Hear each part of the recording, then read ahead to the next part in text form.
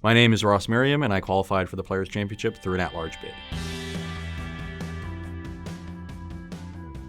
I started playing Magic with my brother at home about 1995, 96, and then I started playing by myself with friends in like 2001.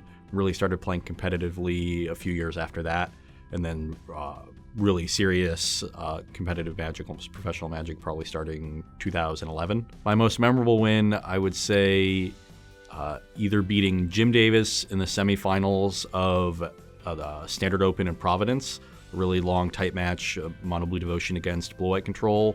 I also always remember beating Adam Prozac in the top 8 of my first Invitational, which is Atlanta 2013, when I was playing Elves and he was playing Storm. I definitely, I went back and rewatched the coverage of other matches that were on camera just so I could get Cedric and Patrick's reaction when the coverage team told them through their headsets that I had won that match. Playing in the Players' Championship, it really means, especially repeating from last year, that I'm one of the people to beat on the Open Series. So it sort of cements my status there.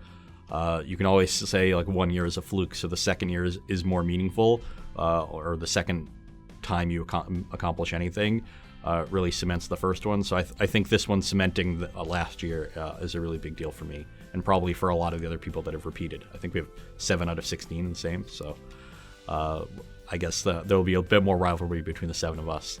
So looking back on last year's Players' Championship, I think the 2 things that stick out to me most are the 2 times that Reed got the better of me. Now, one was in our really epic match where Game 2, he stabilized at 1 life and sort of clawed his way back in the game, finding the card he needed off the top. And that one is a really disappointing one for me because I think I made 2 pretty serious mistakes, and one would have directly led to me winning the game. So when I look back on that, I see a lot of disappointed myself for not piloting my Elf deck to the best of my abilities.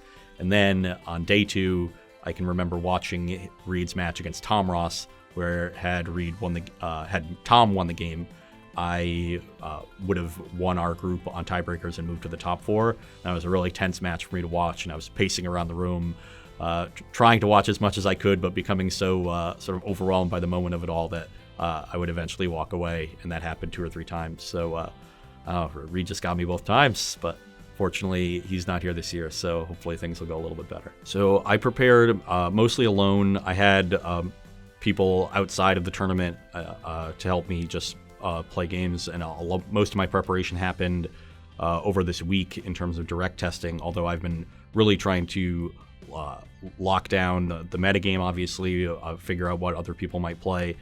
It wasn't a really huge process, but I think it was a much more directed, much more pointed process because I had a lot more starting information to work with. Winning the Players' Championship would mean a lot, definitely. This is a really strong field, so anytime you can separate yourself from a field that's already essentially been separated from the rest of the field, that added level of competition, I think, is a big deal. And these are all people that I have come to know, and a lot of them I would call friends. So the extra bragging rights, I think, is also a really big deal. I don't really have a lot of set plans for next year right now.